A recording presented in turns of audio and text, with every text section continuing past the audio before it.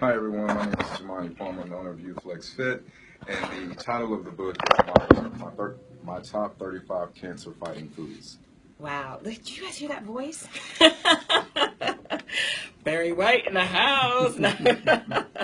Yeah, so the book is called My, I was gonna say his top, but top 35 cancer fighting foods. And not only, and first of all, I'd like to know, how you even got into this topic and how you got into. I know some of the work that you do, and if you wouldn't mind sharing, with everybody, how you got into cancer and working with that population or that issue.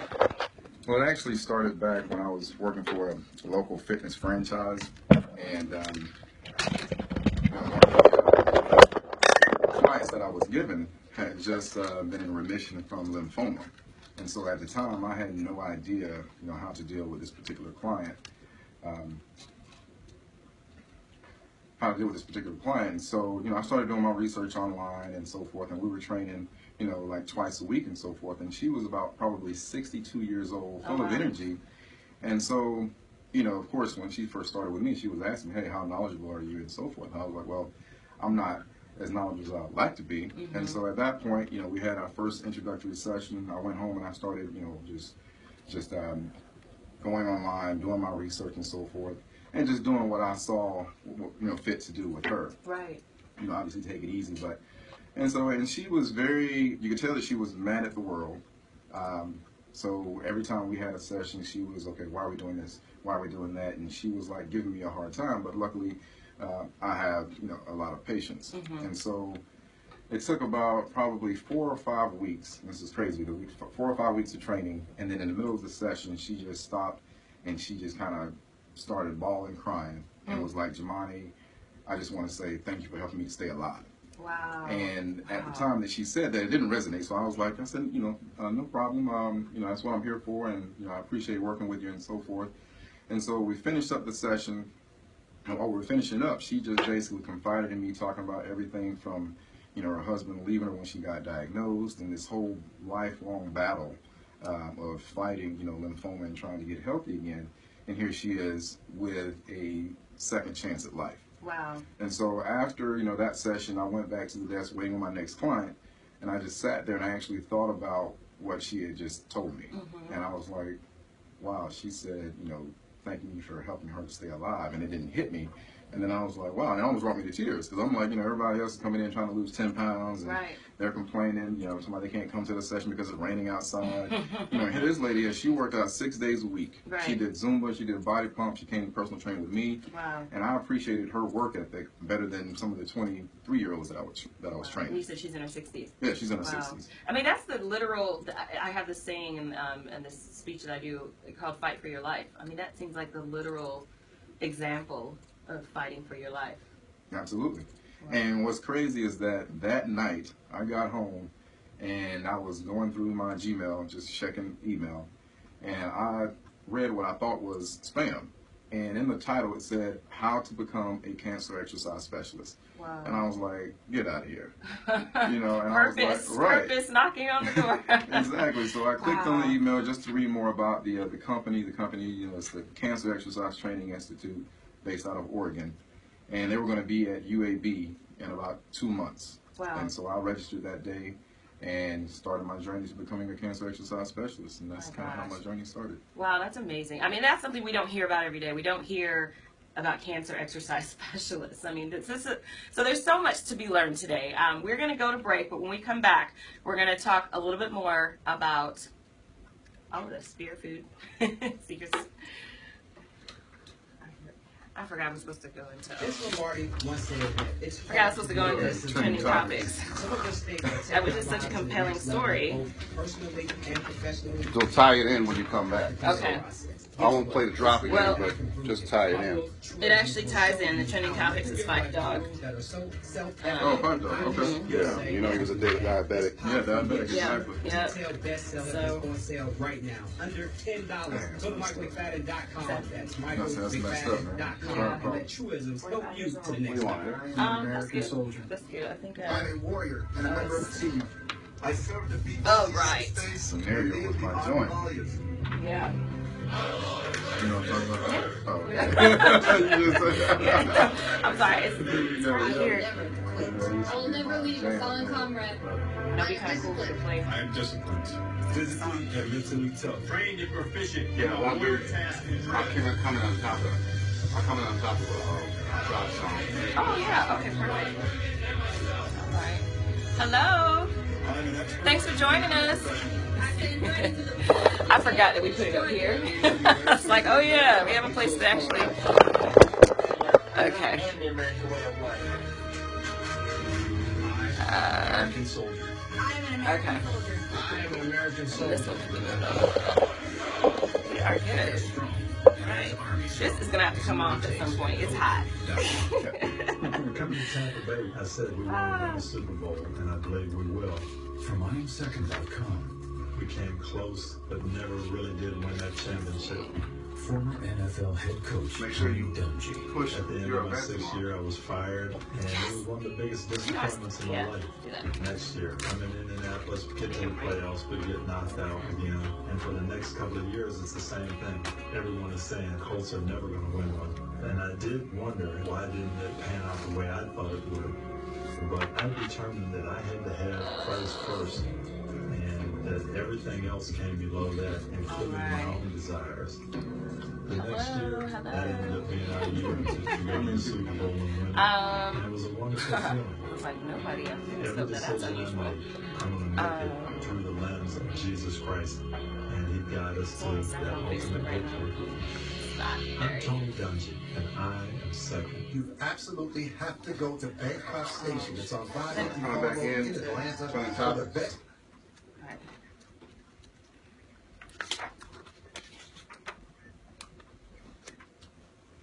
So what you do is you can do the reset, reintroduce the guest again, say who it is, and then go into the whole, we lost 5 dog, Okay. and then you can tie it into eating healthy and what he does. Okay.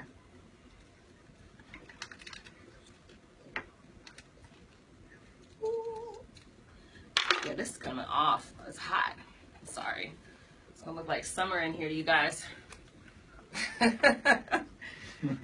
All right, we go. All right, welcome back to the live exchange with Dr. Pamela. Just talking today about health and fitness. Basically, we're looking at it from a variety of standpoints, fear, food, and fitness. And we have an amazing guest here today, Mr. Jumaane Palmer.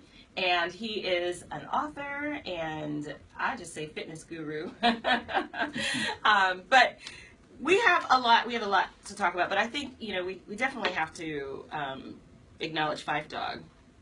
A Tribe Called Quest. Most of y'all know who he is. But we lost him yesterday, and I think the first tweet came out at about 1 a.m. He had diabetes. He had been battling type 1 diabetes for quite a while, and he died due to complications. And he dealt with various health issues over the years. Even had a kidney transplant in 2008. So very sad, and unfortunately.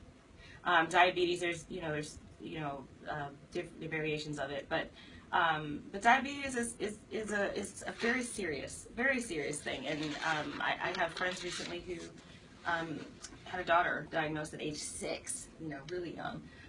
Changes, and she was telling me how this changes your entire life. And so I don't know the circumstances around Five Dog and how, whether or not, he took care of himself and how that played out. But it is a very difficult thing to maintain. You have to be very, very disciplined. And but anyway, his music and his life and his legacy is huge. And I don't want to take over. You have anything?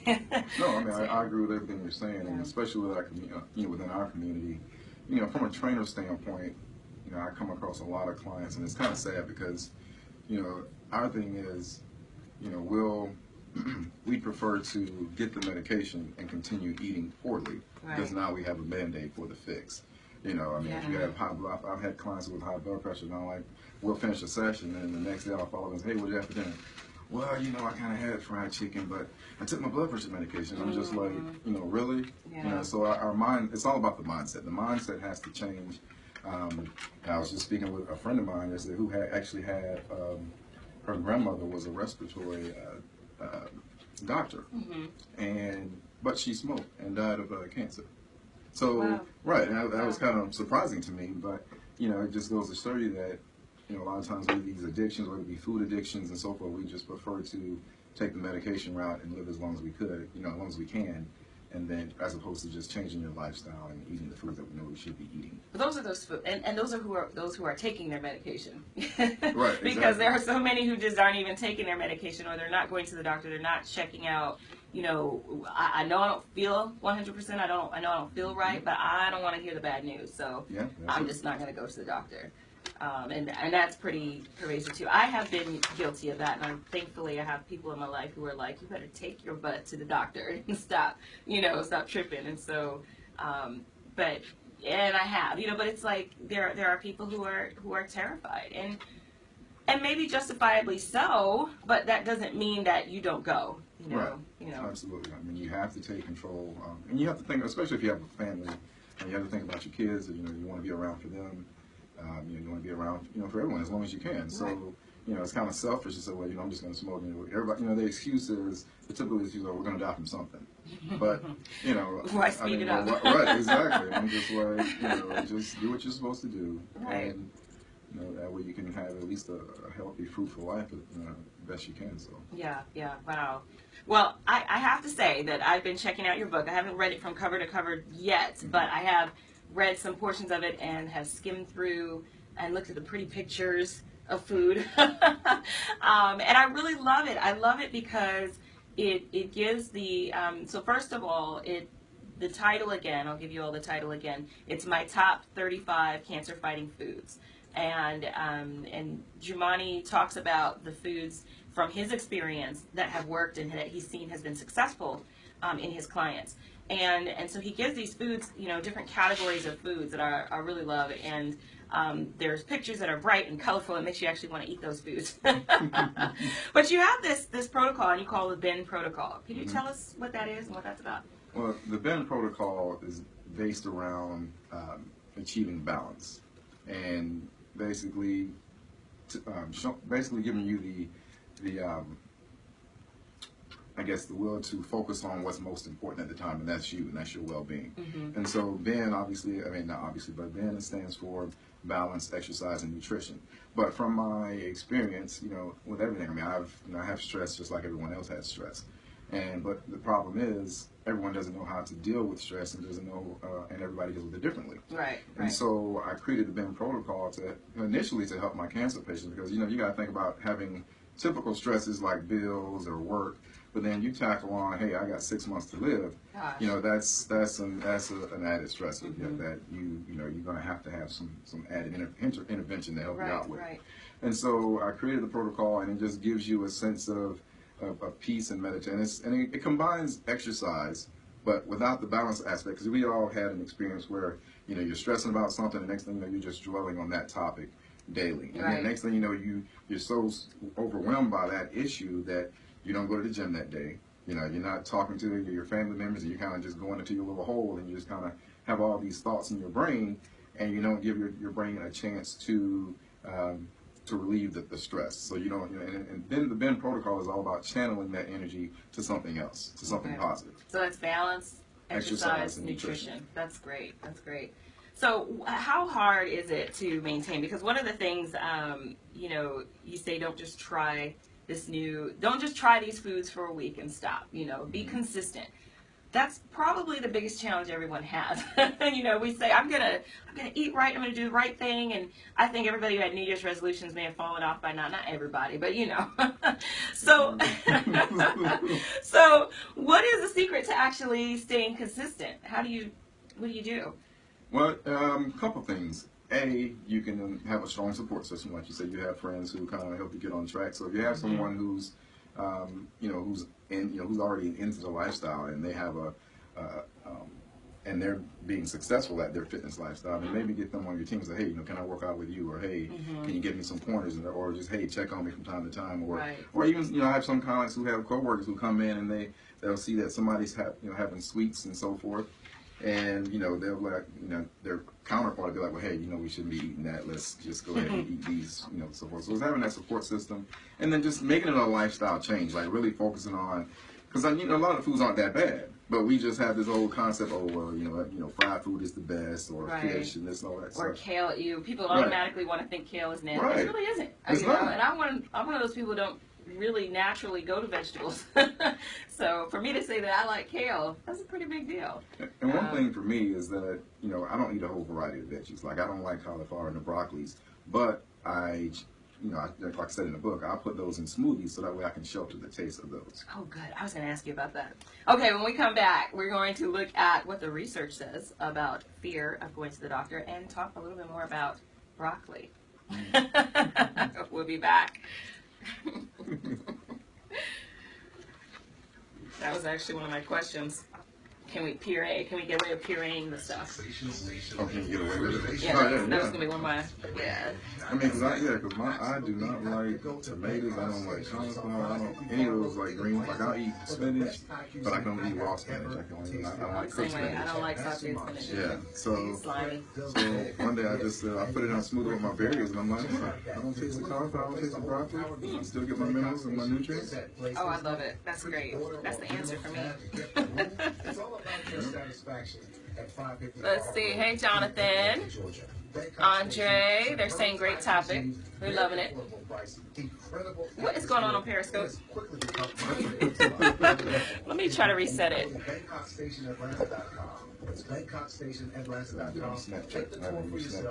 Huh? I'm getting hungry. Car changing lanes. You want to meet me for pizza? Stop sign. Intersection clear. What's going on? Oh, I'm playing it? Bowling Street? Girling Street! I'm playing it. Okay, how do you get It's hard to concentrate on two things at once, like texting and driving. Stop Hi! Stop the wreck. Trying to get Periscope going here. Tell us at stoptextstopwrecks.org. So excuse my close-up face shot right now. Finally did it. My student loan is totally paid off. What? See. What about our plan to win the lottery and start living? We'll try it again. Travel the world on matching yachts, wear enough jewelry, Coming back into the research. Okay. Riviera, and then buy it. You know we're never going to win the lottery, right? When it comes to financial stability, don't get left behind. Get tools and tips for saving at feedthepig.org. This message brought to you by the American Institute of CPAs, the Georgia Society of CPAs, and the Ad Council.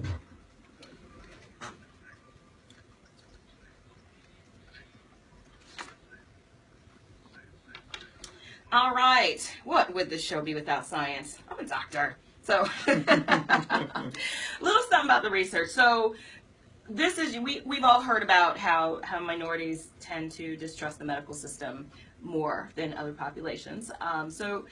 Minority women, especially Black women, have more distrust of the medical system, which leads to delays in screening for breast cancer. And that's interesting. I have to. Confession. I'm a little delayed in that too. Like I need to be going to get the screenings. I've been told that after a certain age, and it's not for me. It's not because of distrust. It's just because I'm a big chicken, which is ignorant, right? It's not good. It's not a good idea. So I'm kind of in that group. 18% believe that they had sometimes been deceived or misled by healthcare organizations. 39% of Black women agreed that healthcare organizations don't always keep your information totally private, which is a little disturbing. And reasons for screening or not screening is varied. So as I just said, mine isn't necessarily because of fear. It's because of, it's not fear of the doctors, it's just fear of what they're going to tell me. And then 40% of participants did not have health insurance, though almost 2/3 had a regular doctor.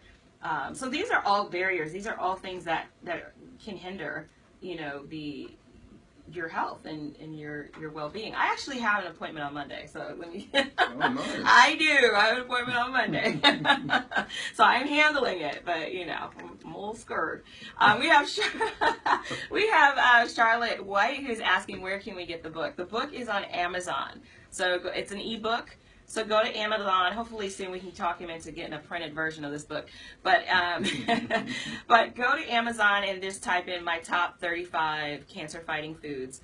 And his name is Jumaane Palmer, and it'll come right up. It'll be there. So another thing, you were talking about the different types of foods, and obviously we want you to buy the book, so we're not going to tell you the 35 the 35 foods on the air, so you're going to have to go get the book to find out. But he has mentioned broccoli, and I'm actually kind of relieved, I guess, to hear that you don't like all vegetables either. Absolutely not. So I'm not the only one, and so to think that somebody that is this healthy and knowledgeable about being in shape has figured out how to do it without loving all the vegetables that are out there is pretty great. So one of the things that he had mentioned, I was going to ask this question, can we puree it? Is that cheating, or is that something that we can do and still get the nutrients? I mean, absolutely. Smoothies, and everybody's on the smoothie kick. So, like I said, I don't eat a variety of veggies, but for the ones that I don't eat, I'll stock them up. And the cool thing with how I do mine is I'll buy broccoli, I'll buy cauliflower, I'll buy cucumbers. None of those that I eat, but I'll chop them up and I'll stick them in Ziploc bags in the freezer. And that way I don't have to use any ice. So I'll put that along with my frozen fruit, frozen veggies, and either an organic juice or water. And I'll make my smoothies that way. That way I ensure myself that I'm still getting the nutrients and the minerals from the veggies. I'm just not eating them. I'm just drinking them. So what's interesting, and maybe you can tell me if this is a good thing or not. I do the same thing. I puree them when I get them, and I put them in a Ziploc bag in the freezer. But I have not been putting them in smoothies because I don't want to drink broccoli. I don't. But what I do is I'll cook it into rice, or I'll cook it into meatloaf or something. And my daughter, who is extremely picky, she loves white rice, so I put the cauliflower in her rice. And she doesn't know. She notices when I put too much because you can smell it. But does that work, or am I cooking the nutrients out of it when I do that? Well, and that's the thing. I mean, with the rice, you probably, you probably would be cooking some of the nutrients out, but still, you're still going to get some of the nutrients from it. Okay. And I mean, with the smoothies, though, I mean, you literally will not taste the veggies. Like I am very picky. Like I hate cauliflower, I hate broccoli. Okay. But I'll put it in there with some triple berry melon, which is basically your raspberries, blackberries, and so forth. And then if that doesn't work for you, I've also in the past have, added a strong juice, like a pineapple juice. That's very strong. So between that, along with the berries, you will not even taste the veggies. Okay. And I have had some that were really good. Some juicing from a restaurant that I love to go to, and they do it right. I mean, it's like a kale drink, and I actually love that. And so, but it doesn't taste like kale. You don't just drink it and feels like you're drinking kale. So, so that for me that's very important. But we're gonna go to another break, and when we come back, we're gonna talk a little more. I got some more info for you. Those breaks come fast. Oh no. The best job candidate isn't always my first one on the radio station. Really? Yeah. Well, physically. Okay. You called in. Okay. So how is it for you? For your company in an entry-level position, I can do it. Yeah. Yeah. but they're It's exactly cool. That's the time. Hopefully we'll go by. It's already a half hour in, but it tends to go by pretty fast. So. We're going back into the balance challenge. Okay. Absolutely have to go to Bangkok Station. It's on 555 Road in Atlanta for the best cuisine I have ever tasted.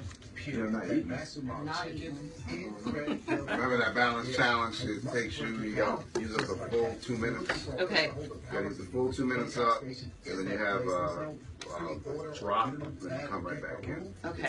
So 2 minutes, drop, and back in. 555 Road in Atlanta, Georgia. Bangkok Station. Wait. So 2 minutes. The drop is for the balance challenge. No, you have a 2 minute. The balance challenge drop comes in. Oh. You talk, then you have the station drop, and you're back in. Got it. Just Okay. breaks it up. So the balance challenge is when I give them a challenge for the week. Balance challenge is when I give them a challenge for a week. There's some way to live a balanced life, and it could be physically, it could be interpersonally. This week, it's about fitness, the gym.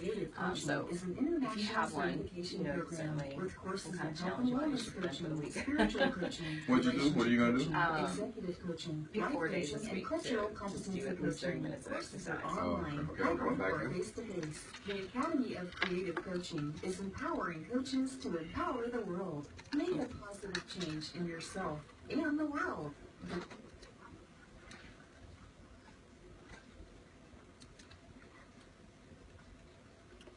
All right. So my challenge for you this week. I know a lot of you struggle with being disciplined enough to go exercise. So my challenge for you this week is to pick 4 days between now and next Thursday, and commit to doing 30 minutes of exercise.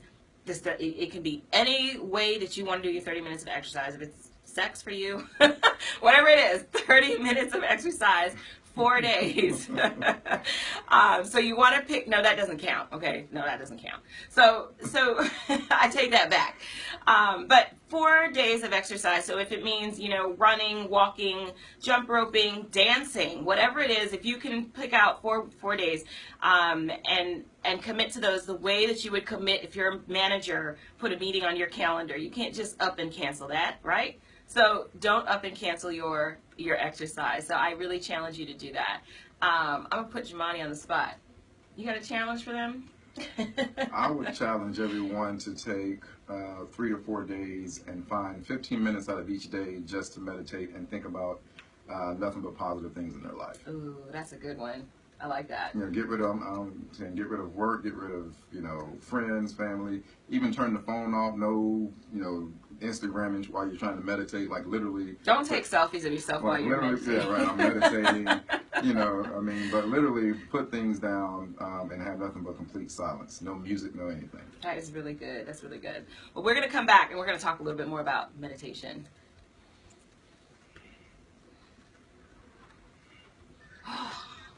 That's big. That's good. I like that.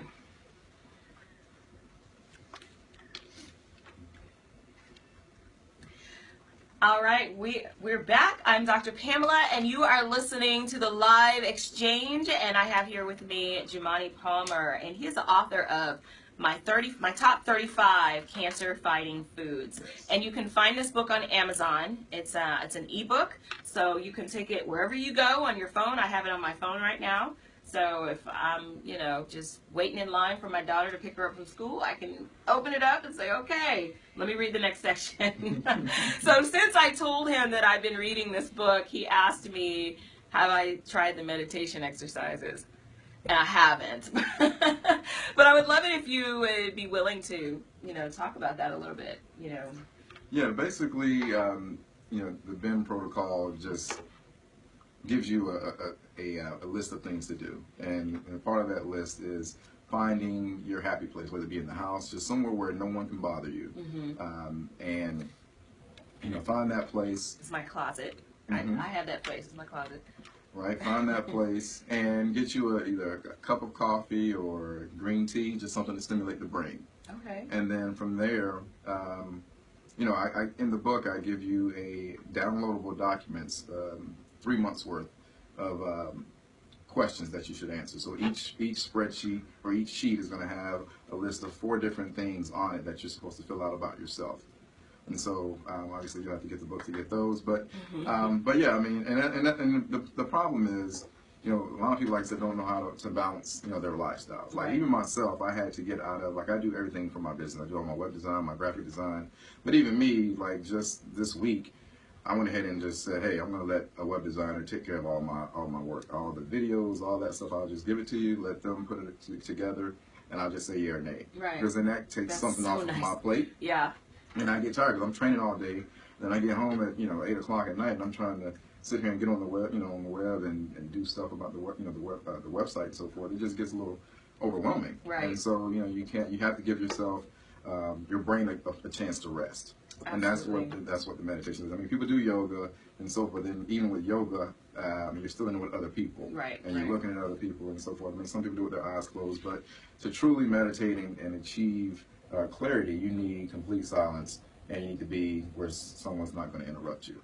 That's really good. That's really good. And that is key, is also taking things off your plate, being willing to just reduce all of the different things that you do, and on top of that, because that alone is huge. But then on top of that, adding meditation to the mix and being willing to just be still, and that's huge. And meditation is a challenge for people like me who are always moving, who are always going, and I try, like I said, I have a closet, and I'll go in there and I'll try to make myself, be still or be quiet or, those kinds of things. And I have many opportunities to do this without getting interrupted. However, I think it's my discipline that really is what's challenged. And you know, I have a book as well, Letters to the Brokenhearted, and you know, we can preach to others. We don't always practice what we preach. So I talk about discipline, and I talk about how you get better at being disciplined when you practice it and when you challenge yourself intentionally to be disciplined in certain areas. So I would imagine that would be applicable to meditation. Yeah, absolutely. I mean, I give an example in the book about how the Ben protocol works. And so, for instance, imagine that you were stressed about work and you have everything on, you know, you might have had a death in the family, but all these things are happening in 1 week. And say, for instance, you're walking with, you know, your daughter down the street, and she messes around and slips and falls out into the road of oncoming traffic. Now, at that time, if you dash out there and save her and bring her back, at that very moment, nothing else in the world mattered. You just thought about your daughter. You just thought about saving her life. And now that she's safe, you're probably filled with joy. Your adrenaline is pumping. But now you're not thinking about work. You could care less about work. And so that's the whole premise behind the Ben protocol. Hey, give your brain a chance to get away. Okay. Wow. That's very interesting. Well, we are going to take a break. When we come back, I want to talk to you all a little bit about self-determination theory, a little way to stay motivated.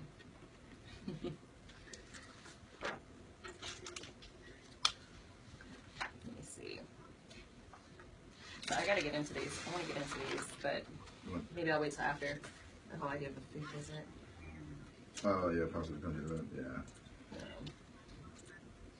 Yeah, exactly what they are. So what are you gonna, what are you trying to solve that problem? We're gonna solve it today. Right. No, I just want to make people aware of it. Yeah, and absolutely. If anybody, maybe they'll want to advocate for.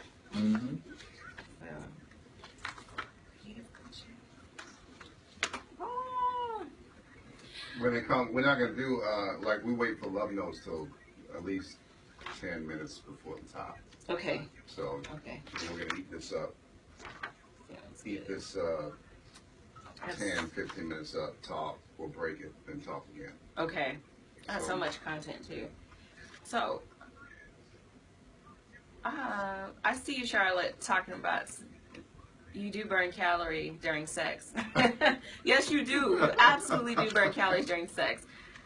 I just want you to step outside of the box, and I know you're already having sex. They're going to do that 7 days a week. Yeah, you're supposed to not do just 4. Right. That should be every day. So, so the challenge is to do 4 extra activities. That's the challenge. Oh, don't forget, you know the address for the place? No. What is All it? right. 31. 79. Peachtree Road. Peachtree. Okay. It's called Red Martini. Yeah, Red Martini Lounge. It's Lounge. It's your Is it Buckhead? So the real exchange will be live. So the live exchange live exchange, right? Live exchange will be live for our sensational celebrity happy hour. So it starts at 5, and then live broadcasts go on about we're doing it at 6:30. Okay.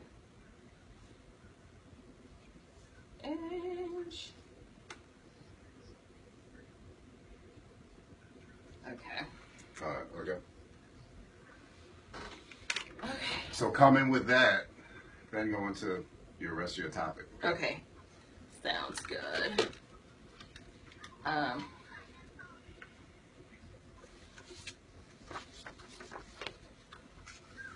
ain't really. All right, welcome back, Dr. Pamela and the Live Exchange. You guys, you have the opportunity to join me live and get into our live studio audience tomorrow. We are going to be at the Red Martini Lounge, 3179 Peachtree Road. And this is in Buckhead. This is in Georgia, for those of you who aren't in Georgia. But we are going to be live. We're going to be broadcasting the Live Exchange live with the live studio audience. And this starts the Sensation Station Celebrity Happy Hour. Tongue twister, say that 3 times. Sensation Station Celebrity Happy Hour, starting at 5 o'clock p.m. And then the live broadcast starts at 6:30. So I would love to have you all come out and check us out. I'll give you the address again. It's 3179 Peachtree Road in Buckhead, and that is the Red Martini Lounge. So we are talking today about pretty much staying in shape and being healthy. I've really titled it Fear, Food, and Fitness, so that so we can cover all bases here. But there is this theory that's out there, and I talk about this because I struggle with being disciplined in certain things. So people think that, because I do often, I'm in shape and I'm very committed to exercising and that kind of thing. But I have these droughts, and I'm in a drought now. It's been 3 weeks. That's a very long time for me to not have exercise. So, so for me, I can feel it right away. Like, ooh, I'm not feeling like Pam right now. I gotta do something about it.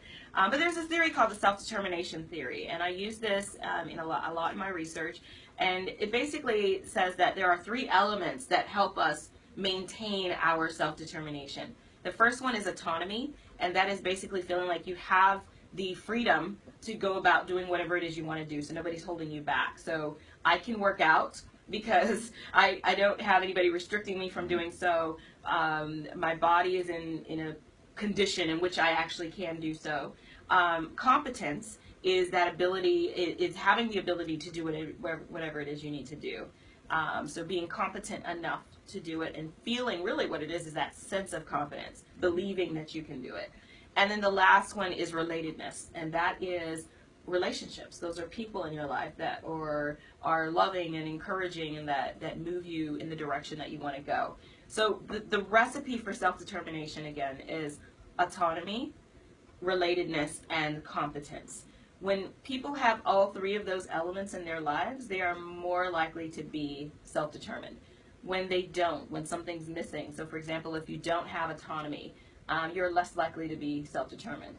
If you don't have relatedness, so if you don't have people in your life who care about you, and you spoke to support and what people often call accountability partners, that is going to hinder your ability to be self-determined. And this applies to anything, but I can definitely see it applying to exercise as well. Absolutely. And this is a theory by Desi and Ryan, by the way. Have you seen that kind of play out in the people that you work with, those who are less motivated? Do they have maybe one of those elements missing, or what do you think? Well, yeah, actually a lot of them do. I mean, I have some wives who their husbands are basically at the house just watching TV, eating whatever they want, and especially if the husband's doing the cooking.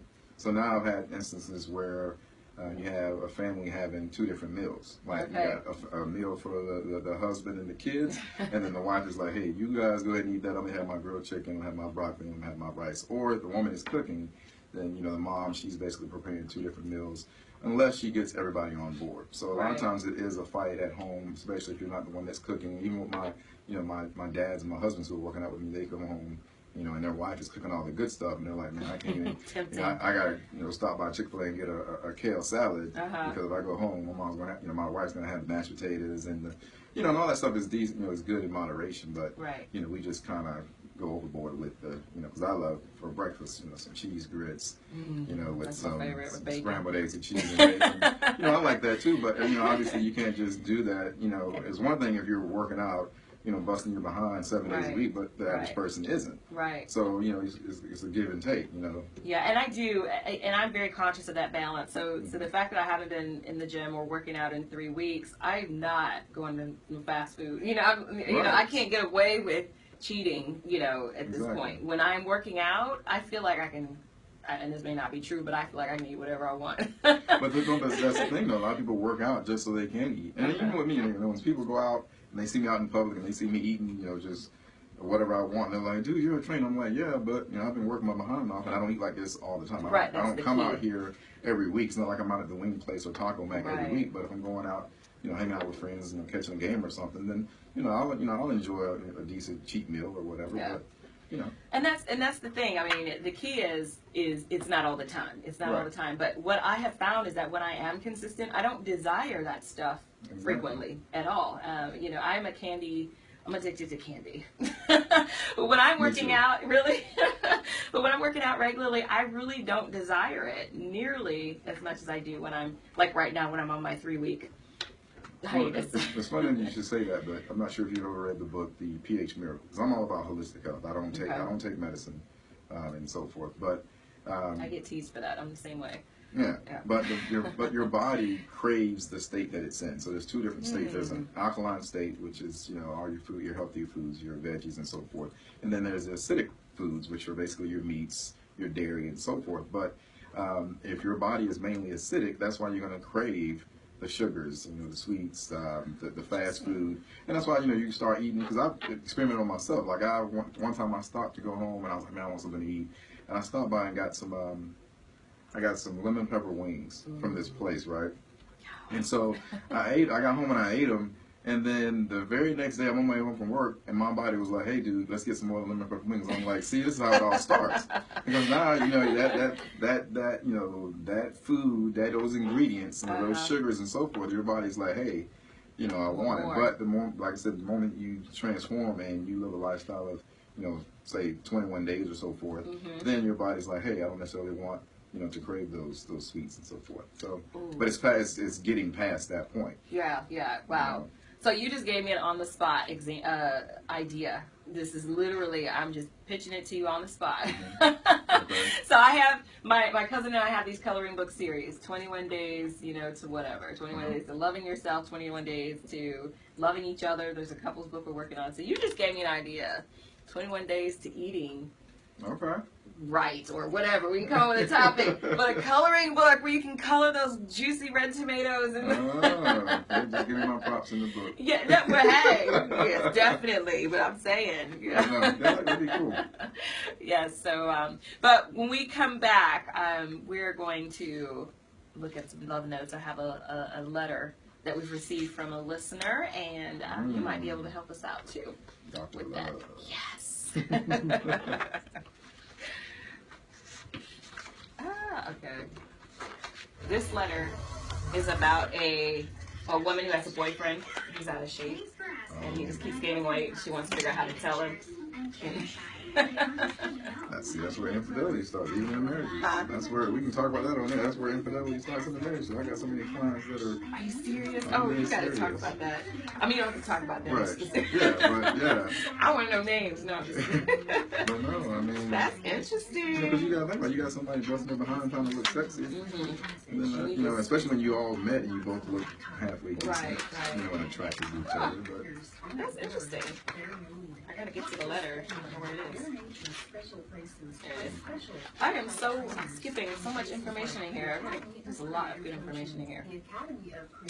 So, let me get to this. Who we got? Oh, Charlotte likes the coloring book idea. Love notes and balance counters are the same type of thing. When you run it within that 2 minutes. Okay. Then the break. Come back. Okay. I must be on. I don't know why I don't feel so hungry, Doc. I need to eat. Starving on my way here. Huh? So maybe we can go both weeks. Yeah. All right, you have this is longer. 3 minutes on this one, so. Okay. So you can get Bob as well too. She has 3 minutes. She has 3 minutes on this one. Okay. So you can. I'm sure she's gonna bring you in as well. Yeah. Okay. Yeah, I want to hear about the infidelity. Look at you. We talk about every Thursday. Fitness and infidelity. Fitness and infidelity. I like it. You know what? I keep forgetting to give the phone number. I gotta get my stuff together, man. When I give the phone number, people sometimes call. You know. I like this angle up here better. I look a little chunky. Chunky. I'm gonna get this act together.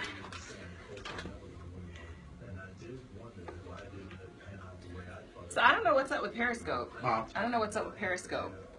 Nobody. It's never been 0 before, ever. So I don't know if it's working or not. But we've got Facebook. And I guess I could go live on my Facebook, couldn't I? I wonder if. Come back. Okay. Yeah, it's not a bad idea.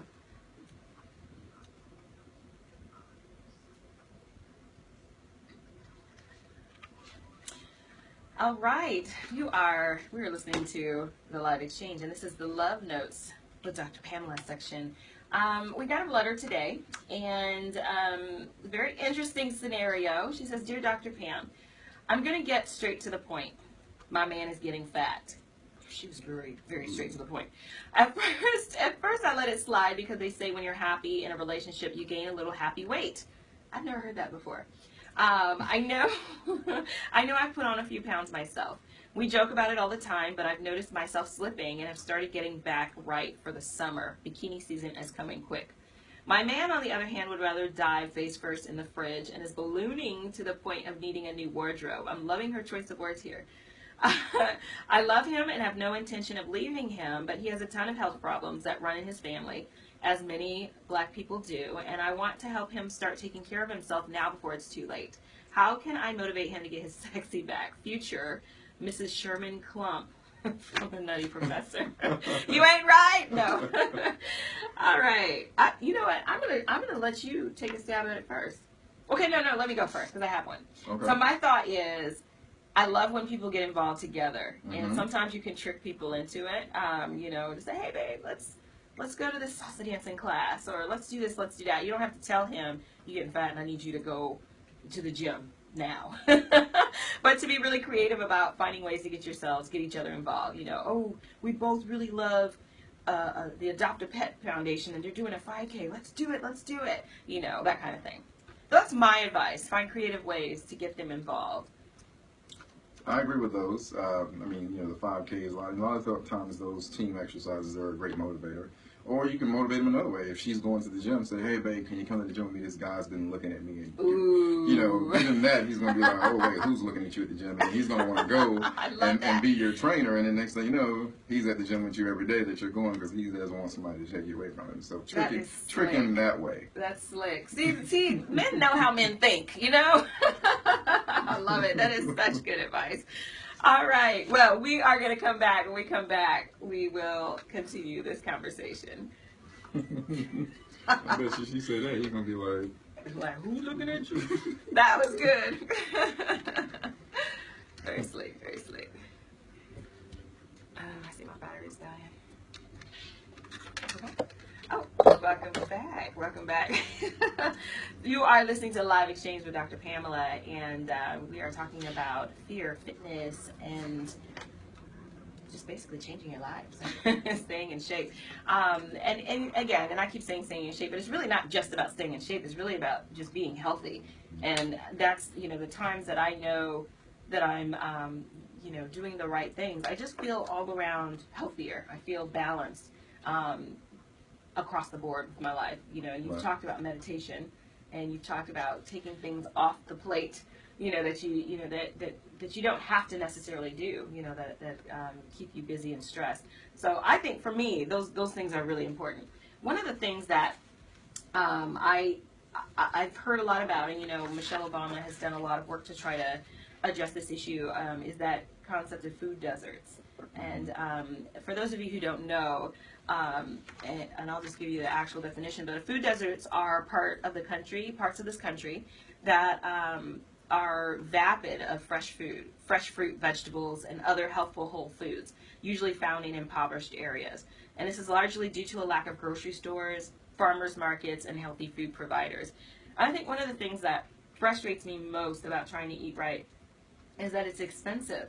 And I don't know if maybe you know some tricks to get around that, but you know, when you go and shop at, you know, some of these health food stores, or you go to the health food section of a store, those foods are so much more expensive. And for me, it's just gotten to the point where I don't even pay attention to my grocery bill. That might be a privilege thing, but I just, there are things that I do pay attention to financially, but when it comes to groceries, I've had to stop looking because it is significantly more expensive to eat healthy than it is to eat, you know, go get a meal at McDonald's. Well, absolutely. I mean, actually, when I lived in Virginia, when I started doing, I did a case study on myself regarding the whole alkaline versus acidity thing, and I basically switched to shopping at Whole Foods every day. I was going to Whole Foods 3 times, probably twice a week, and I was spending a crap load of money. And I was like, man, this is crazy. But based on my research, you don't have to go to Whole Foods all the time, and you can get your, you can get your veggies from, your Walmarts and your Kroger. Now, I particularly like Kroger, but you don't have to go, to Whole Foods just to get their kale or get, the cereal from there. And even Kroger has some of the more organic items that you can get. Yeah. But you don't have to switch your whole diet to organic, because truth be told, a lot of times organic is just, there might be one ingredient difference, or it might be what they're claiming they're doing differently, but it doesn't necessarily mean that they are. Okay. We just have to trust their word for it. How do you know?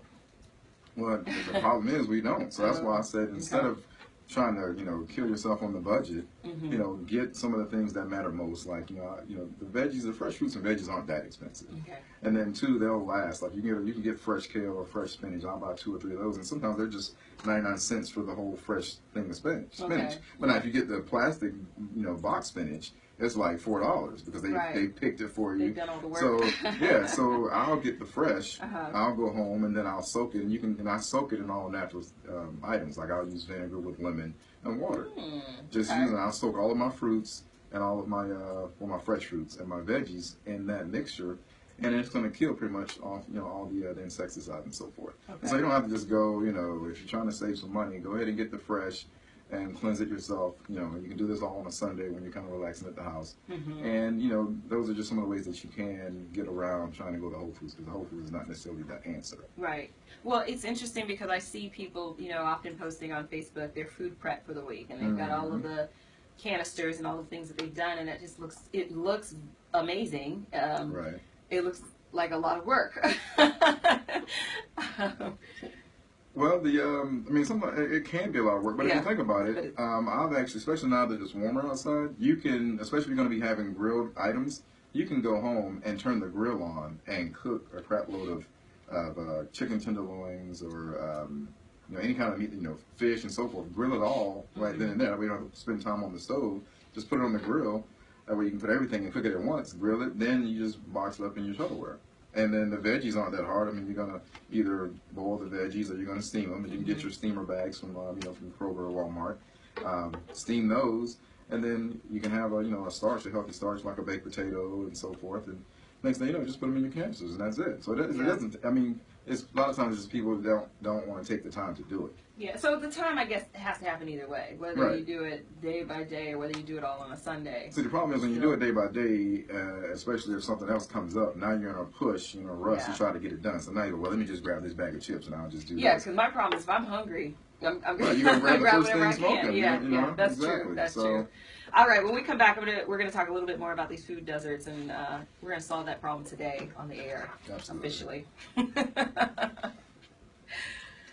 Okay, I'm feeling the hunger. I need to eat. Come right back. Oh.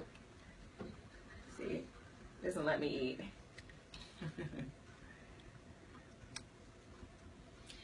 All right, welcome back to the live exchange with Dr. Pamela. We are talking about, I always forget the title, but we're talking about food, fear, and fitness. Secrets and barriers to changing your life. There are secrets to making it work, and there are barriers that can hold us back. And if we know the secrets, we can overcome those barriers. So we've been talking about a lot of different strategies and how to make sure that we can have a healthier life. Give us a call if you'd like to join the conversation. Give us a call, 678-613-5857. And so somebody here is making a really interesting comment here. For example, we're not lactose intolerant. We should not be drinking milk. Only babies should be drinking milk. What do you think about that? There's different research that that supports her statement and so forth. But my thing is, we are all our genetic makeup is all different. So, and that goes with even healthier foods. Like you can take broccoli. Broccoli might work wonders for me, but you might eat broccoli and get bloated. Yeah. So depending on your food allergies, that's also another concern. So if you feel it, and that's why in the book I kind of mentioned, take notes of what, when you have a week of eating a particular, and if you plan your meals, you'll know what you've eaten that week. Right. And so, but if you go per week on a weekly basis and say, okay, you know what, I felt heavier this week, and you know that you've eaten these certain foods, and you take those foods out and replace those the next week with a different meal plan. And so, you know what, I felt more energetic this week, and so then you start using what works for you. And so that could mean, you know, so you tailor make your own plan. Yeah, because it's all about how you feel. I mean, I can, you know, a lot of trainers will just give you the generic, you know, cookie cutter. Okay, here, eat less carbs, you know, this and this. But I did an experiment with my clients once where I ate baked potatoes every day. Every day, because everybody's like, oh, potatoes are fattening, they're fattening. I ate baked potatoes every day and lost 10 pounds that month. What? Right. What? So is it your genetic makeup that does that, or is it could be? It's a combination of my genetic makeup, but also, I mean, it's one baked potato. Baked potato doesn't have any fat and it has carbs, but if you're working out, right, exactly. So if you're working out and you're burning, you know, a lot of times you're going to have your, you know, energy in equals, you know, energy out equation, but for the most part, it's all about finding what works for you. That's interesting. So everybody's gonna go on a baked potato diet now. I know, right? It may or may not work for you, but that's interesting. No, I love potatoes. I actually cheered when I read the part that said that sweet potatoes are one of the healthiest, because I just love potatoes, and you know, so that's my thing. One of the things, and I'm asking you questions as if you're just the expert, you know everything there is to know about nutrition. So if I'm out of your range, let me know. Well, I'm certified in nutrition as well. Okay, so maybe he does know everything there is to know about nutrition. No, there was this book that I heard about, and I don't know the name of it. We'll only promote yours today, but there's this book that I heard about. By the way, it's my top 35 cancer-fighting foods. It was basically saying that your blood type is compatible with certain types of foods, and so. My blood type apparently is really compatible with meat, and that makes so much sense because I love meat. And meat, when I work out, I feel like, okay, I gotta go find some meat. Well, I've actually taken strips of turkey bacon to the gym with me. Oh. In a Ziploc bag, and I'm like crunching on turkey bacon while I, while I work out. That's hilarious. Oh, I would so do that. I would so do that. But yes, there is some truth to that. But like I said, I mean, there's several different approaches to to fitness and health. I mean, you have all of these. Companies that make these shakes, and everybody's claiming, oh, this one works, and so forth. But the truth be told, I mean, everything can work depending on your approach, and it's all about finding that recipe, that works for you. So, it doesn't mean that one situation is not going to work. It just means that, hey, sweet potatoes may work for you, and they may make me fat. Who knows? That's interesting. I love that. All right, we will be right back with a live exchange.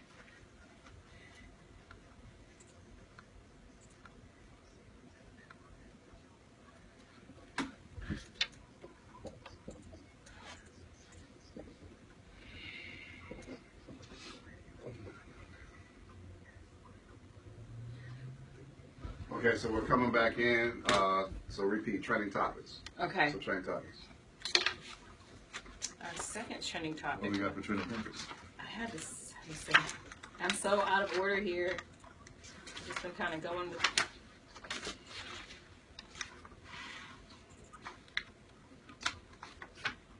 Cat Williams. Ooh, I just saw did you see the updated video? No, I didn't see the video, but I read about it. Uncut video. What? Oh. Yeah, I didn't see the video, but I read about he was in an altercation with a 7th grader. Mm-hmm. What? And lost. What? Yeah, you're going to see the video.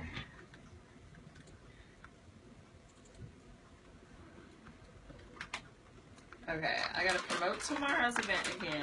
Okay. I was gonna ask you about genetic makeup. See? Oh, nice. Came up.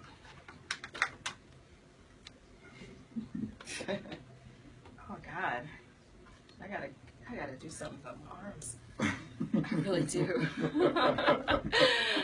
I was cut like place. There's no 6 months ago. Minimum tab to get the room. It's all about your satisfaction at 550 Far Road in Atlanta, Georgia. Bangkok Station, superb Thai cuisine, very affordable pricing, incredible atmosphere. It has quickly become my favorite spot. Okay, trending topics, man. You can go to BangkokStationAtlanta.com. That's BangkokStationAtlanta.com. Take the tour for yourself, and I will meet you there.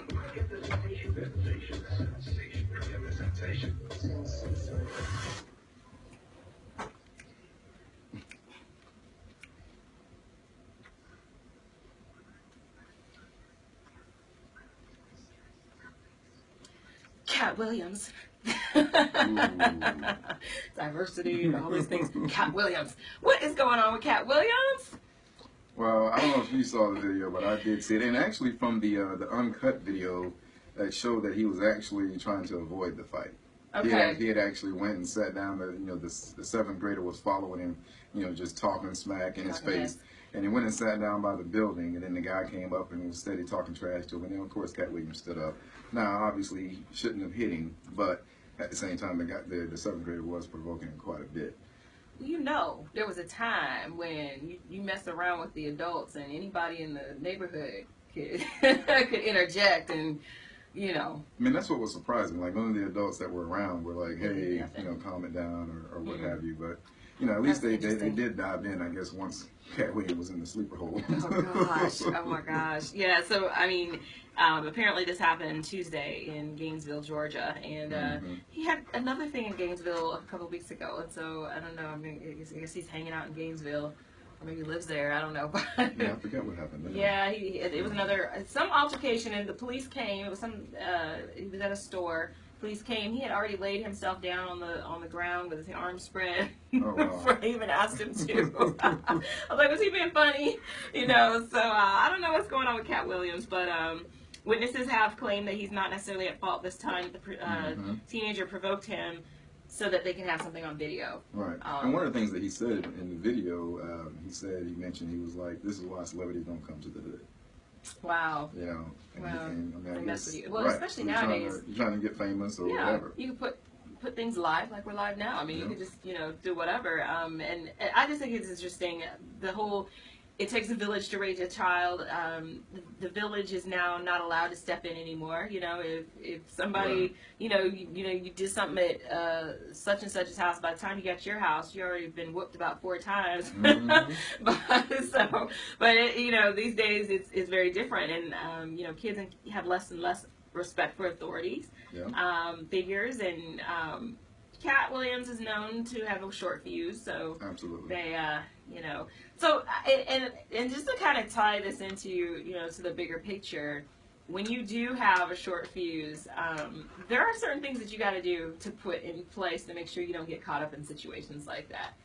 Right, because, I mean, who knows? He's probably unbalanced. So, when you don't have a balanced life, just like, with you and your child.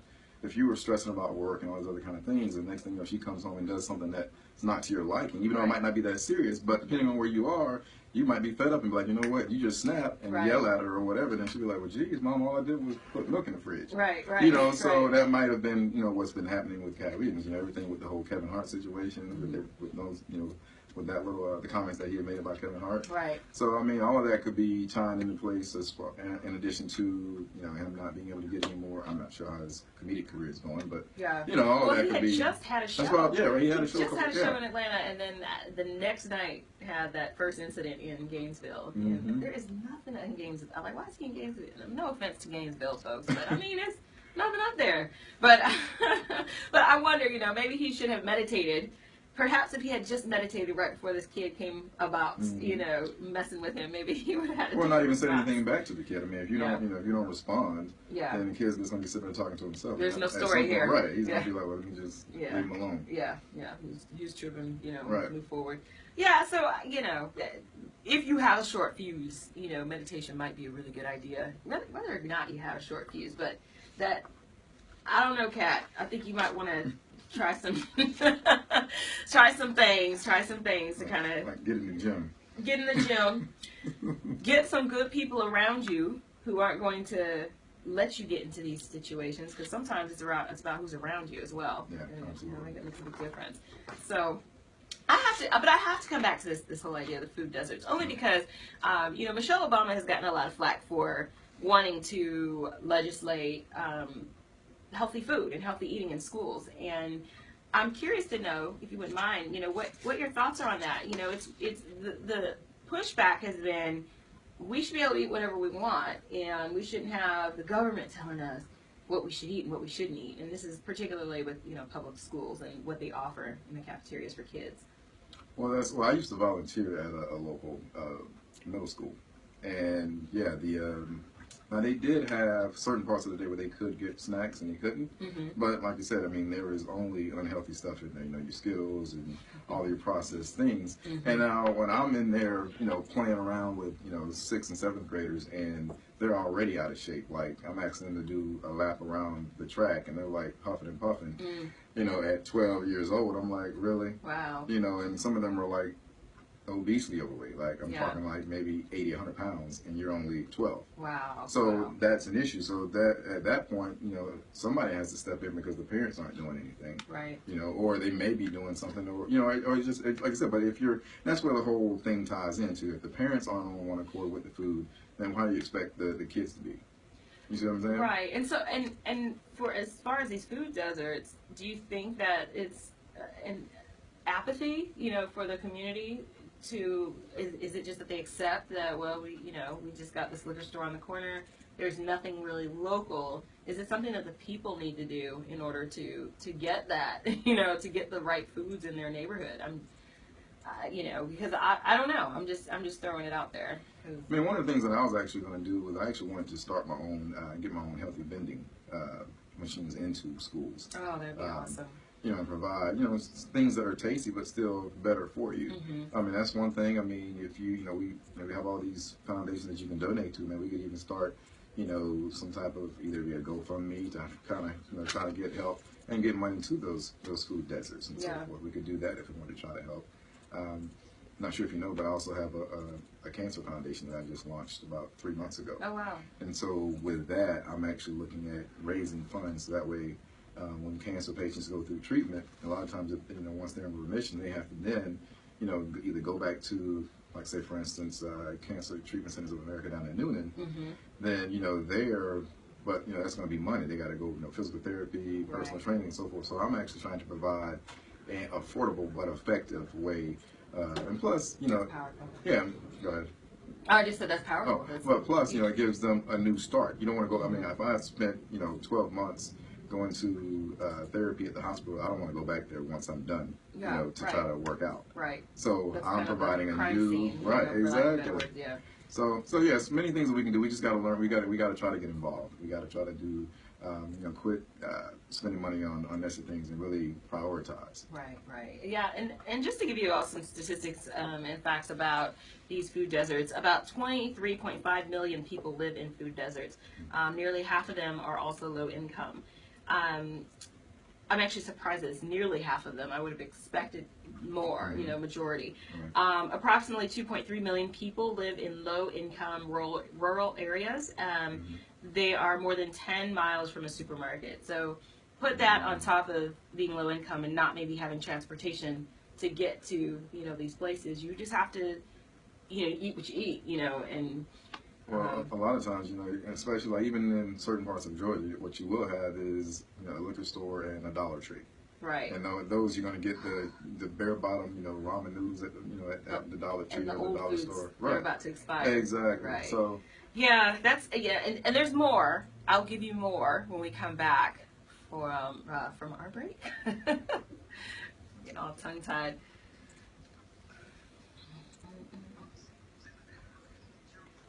Hey, Damon Sullivan from middle school. He can hear me. You probably can hear me, huh? I did. I was freshman in middle school. Oh, yeah? Yeah, he wasn't trying to hear me. He wasn't trying to hear me. No, I'm just kidding. I'm just kidding. I'm not putting you out there like that. That's true.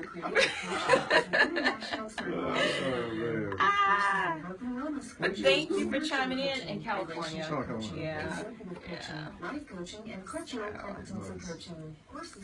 There's something wrong with Periscope.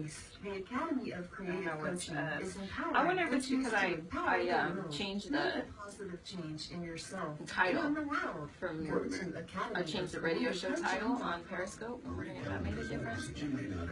Probably so.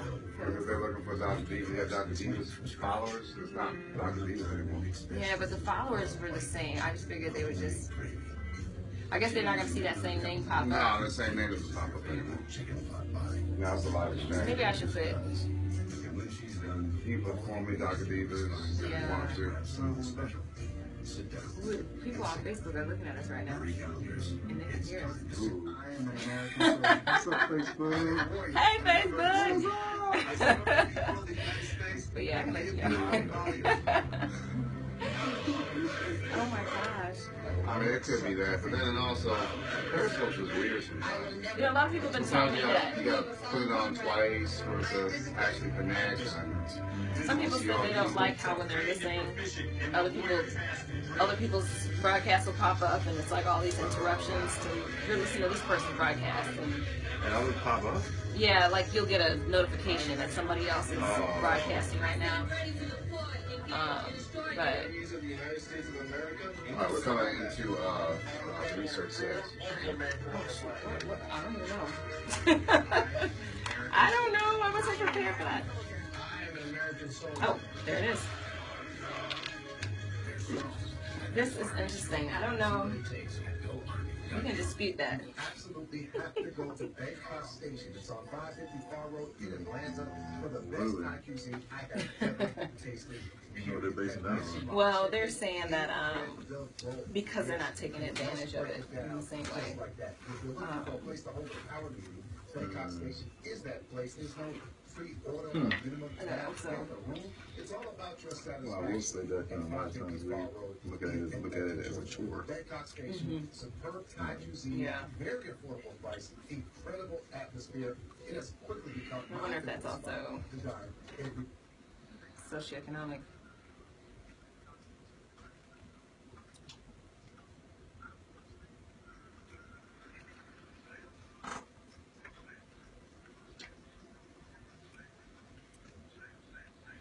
All right, let me give you a little bit of what the research says. This is a very interesting study. This is something that has been published by the Huffington Post.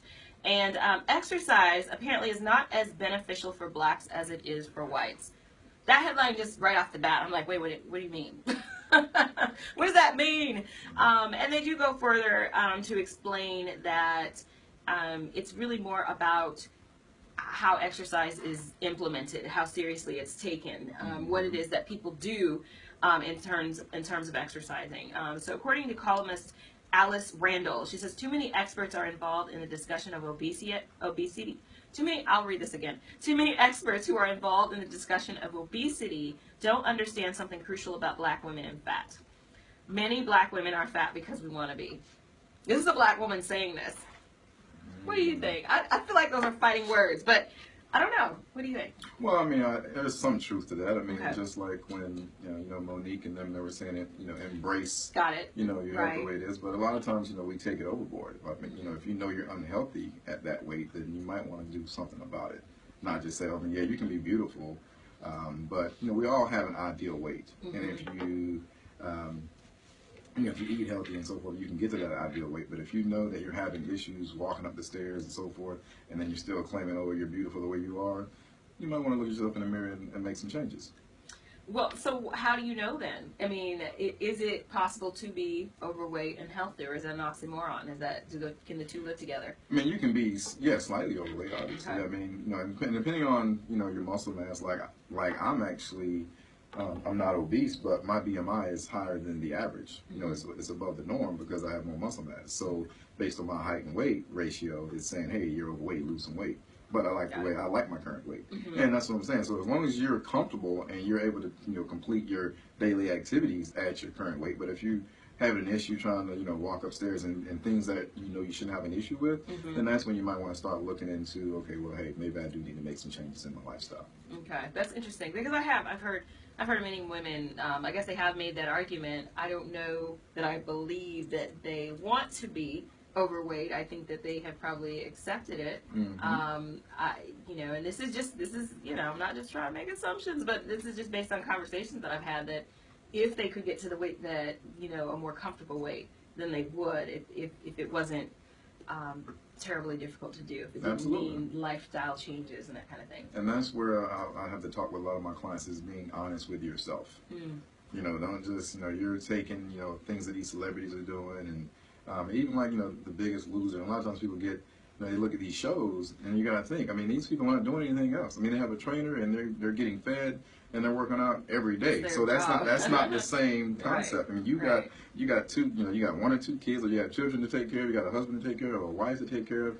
You have way more things to worry about than just yourself. Right. Now, if it's just you, then yeah, if you had a personal chef like these celebrities do, then you could get back to your current weight, I'm sure, in no time. Mm-hmm. But you have to factor in, you know, the life of the norm. Right, you know, right. The average person. The real life. Exactly. What life really looks like.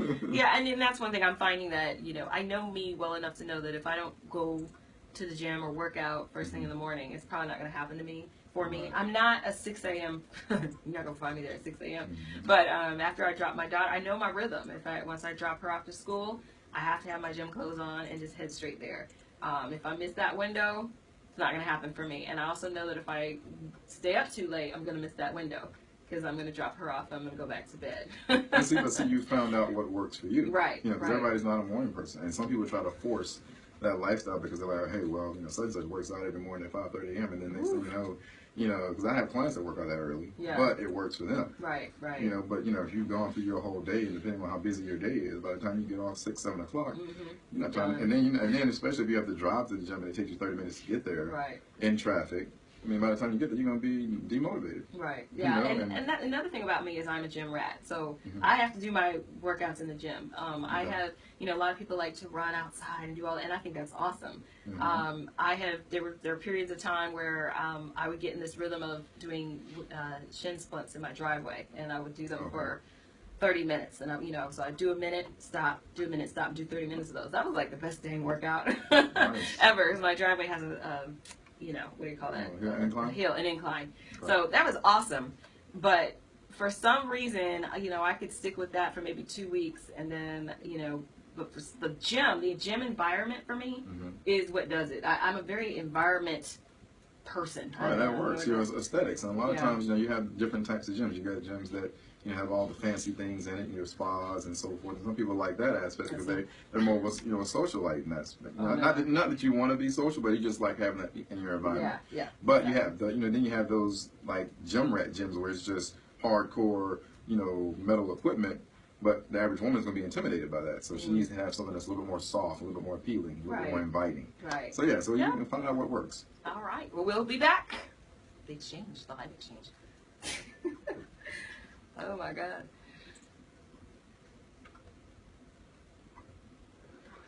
That's interesting. He's saying, I remember my cousins saying that they can look at food and get fat. Me, I could eat the whole house and not gain a pound. I used to be happy to gain 3 pounds. Well, what are they considering fat? They consider fat weight around booty? Is that what they consider fat? That's a good question. Around time? Yeah. Well, and maybe that's what they're meaning. They want to be. They want to have the thickness. They want to be thick. But I wouldn't consider that fat. Yeah. Especially when, you know, your brothers like the thickness. Yeah. But I wouldn't consider thick fat, but I guess it just depends on how thick we're talking. Right. Like, to me, thick is solid. See, me, fat is not solid. Thick is Serena Williams. Yes, that's thick to me. That's what I like. Right. She's solid. Yep. But that's not the same as fat. Right. Whenever I say the word fat, my daughter gets mad. She says, "You're being mean. That's mean." The equivalent to a person. Yeah, I'll bring that up. Okay. Because we got some time before we get to balance challenge. Okay. This is accentuating everything. President of the United States. Most people know him as a man. Not good. Not good. Finding late models in government auctions, or even looking up a zip code, Mr. Lincoln's wisdom was sadly lacking. In fact, the citizens of that day knew best not to Anytime I turn to get my spoon so I can eat, we go back on the air. The official place to turn. Probably get the promo tomorrow again. Okay. And the We can do that. Come in with a thick debate. okay. Thick or fat debate. And then when we go out, then go ahead and I do 30 seconds, then do the promo for tomorrow, okay? Okay. Going out. Only when we're going out. So come back in with a thick debate. Okay. Some people never gain weight. My father's like that. No need to exercise or really eat right. That's an interesting genetic makeup. And too, the foods that they naturally like might just be. All right, welcome back to the live exchange. I'm Dr. Pamela Antoinette, and I'm here with Jumaane Palmer. He is the fitness guru for the day. He's the author of my top 35 cancer-fighting foods, and also the owner, operator, head honcho for UFlex Fitness. So check him out. You can find his book on Amazon. So some interesting points have been brought up on Facebook, and as well as the study that I just talked about, that many black women are fat because we want to be. And I kind of, my thought is maybe they're not talking about fat, maybe they're talking about thick, because we take a lot of pride in the fact that, you know, we're thick and that we have, you know, some meat on our bones and that kind of thing. At what point what's the difference between fat and thick? You know, is there a difference? I mean, there is. I mean, you can be, you know, thick, but you're solid. You have muscle tone. But now, obviously, if you're fat, then you're going to have excess rolls, you know, coming out of, you know, different places that they shouldn't be coming out of. And as a trainer, I've experienced things where the client's like, hey, I want to work out, but I don't want to lose my butt, you know, and so forth. Or I don't want to lose my chest. That happened to me. That happened to me. I was on this running. I lost so much weight, and I loved the way I looked, except for the fact my butt was gone. I didn't even know that could happen. I stopped working out just long enough to get it back. Well, one key thing is that a lot of people don't realize it, but cardio actually degrades muscle mass. Interesting. Okay, so that's why you have to have a combination. That's why you take the Olympics and you have a long distance runner.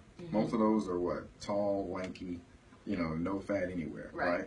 And then you look at the sprinter, and then he's got muscles coming out his quads. He's kind of, you know, got the muscle tone up top. Right. So he's been doing lifting. He's been doing, you know, high impact exercises and training. Whereas the long distance runner is just basically just a bunch of cardio and that's it. So your muscles start to decline and degrade, you know, the more cardio if you don't incorporate any lifting. Interesting.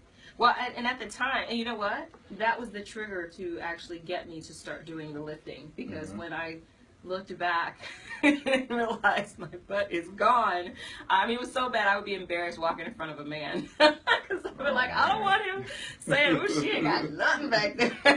And that has never been a problem for me. Never. You know, I've always had something. And I immediately started doing research on butt lifts and, you know, whatever, you know, things to kind of build it up, and it, you know, it worked. I'm good now, but but that was kind of devastating. I like a little element of thickness in certain places, you know, and it's got to be proportionate. You mentioned Serena Williams. She's an excellent example of thickness and beauty, you know. So and people have criticized that, you know. People have said, oh, she looks like a man, and you know, and no, she doesn't. Absolutely not. I don't want to see a man with hips like that. You know? So I don't know. So I think the way that I will translate this quote that says many black women are fat because we want to be, is I think that we just appreciate the thickness, and for me, like you said, the difference is thickness is you're solid, you know, you're healthy and you're in shape, and you just got some solid meat on those bones. And like I said, a lot of times it could be, you know, the men that they're dating. If that's what they like, then they want to keep their, you know, their men happy. Right. Then hey, that might not work out as much because hey, I don't want to lose, you know, what got my man in the first place. Right. You know, so. Yeah. So I don't know. I just think, and it's interesting what you're talking about. I'm a cardio queen. I just love cardio, and you know, I did create a sort of a routine, resistance routine that I'm pretty dang proud of. I think you might like it. And I've done that. In fact, I used to do it so regularly that I would do my cardio routine and then move to the floor and do my resistance routine. And people used to start asking me, am I a trainer? Would I train them? Would I help them? And you know, that blew my head up a little bit, but But I think you're absolutely right. Who am I to tell you you're right? That balance, is key. I've witnessed that in my own life. Do you see people wanting to go one way versus the other? Oh, absolutely. I mean, you have some, women who are all about just thin men. They just want to be as thin as possible. They don't want any type of extra meat anywhere. Mm-hmm. And one of my clients, she used to just run. I actually told her to stop doing cardio because I'm like, you're gonna get down to nothing. She's like, yeah, I know, but my husband likes me this size. I'm like, yeah, but he doesn't want you to disappear. Right. So. Well, and I think that kind of happened to me when I was. I started my fitness thing. I mean, I've always been athletic. I played college ball, and I've always been athletic. But for me, getting back into shape and everything after my marriage, after my divorce, was about stress relief. So obviously, a divorce is a very stressful process. So my objective was to get to the gym and do 20 minutes every day, and that was it. I didn't care about losing weight. I wasn't trying to. I just needed some way of relief, of stress relief. I was so proud. I remember being so proud of reaching 20 minutes of walking on treadmill those first few days, those first few weeks. But you know what? Those first few weeks of 20 minutes of walking on the treadmill turned into an hour of on and off sprinting on the treadmill and weightlifting and so start wherever you can start, is my point. Don't be down on yourself because you didn't, you're not doing all the things that everybody else in the gym is doing. And one thing I will say also to add to that is that even if you are seeking to get a trainer, I can count. I mean, it's been a plethora of excuses that say, okay, well, I can't get a trainer because I'm not in shape. I got to get in shape before I get a trainer. I mean, that's what you're getting a trainer for. Right. So if you need help, I mean, if the trainer is experienced enough, he'll get you where you need to be and start you at a level that you can, start fresh and start slow and work your way up. Not that he doesn't just don't take it. He's gonna think he's gonna just put you in the fire. Right. As long as you have a good trainer. Right. Well, that's really good. I want to remind you all that tomorrow night we will be at the Red Martini Lounge, 3179 Peachtree Road in Buckhead. So if you want to be a part of the live studio audience for the exchange, come join us. There starts at 5 o'clock with Sensation Station Celebrity Happy Hour. And then we go live at 6:30, and we would love to hear what you have to say. We're going to be talking about power, money, and sex. All right. We'll be back. Wow. Red Martini Lounge, huh? You're in the wrong place. It's the nation's urban internet station, Sensation Station Network. Okay. We're running out of battery on the other. Oh yeah. Just, we have one person on Periscope now.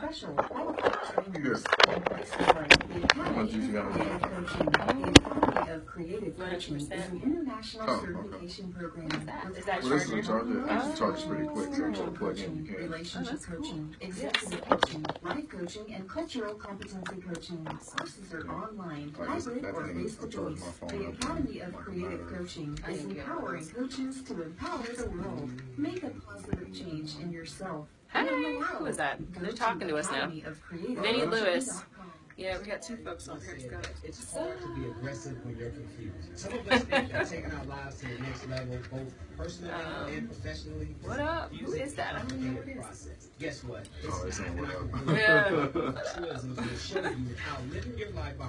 So I am a little devastated. I know neither of you have noticed, but my locks got chopped off. My locks, they were this long. Well, you chopped them off, man. I chopped them off. Exactly. They're cute. I like them. But I was like, oh man, they're gone. Oh, so you're adjusting. I'm adjusting. I actually woke up this morning. I was like, I kind of like it. Intersection clear. Yes. Curves. Tara Latrice said curves. That's a good point. We want to see curves. Yep. Don't want to lose Stop curves. the text, stop the wrecks. How will you stop texting and driving? Tell us at stoptextstoprex.org. Brought to you by the National Highway Traffic Safety They have Administration 3 minutes, and then we take the break, and we come back with Balance Challenge. So 3 minutes for the talk right now. Okay. All right, welcome back to the live exchange with Dr. Pamela. Today we're talking about fear, food, and fitness, and just looking at it from a holistic perspective. We have here today Jumaane Palmer. He's the author of my top 35 cancer-fighting foods. he works with clients who are overcoming cancer after the process, but while they're also in treatment too as well, right? Mm-hmm. Yeah. Before, during, and post. Wow. And that's huge. So for those of you who are struggling, it's not just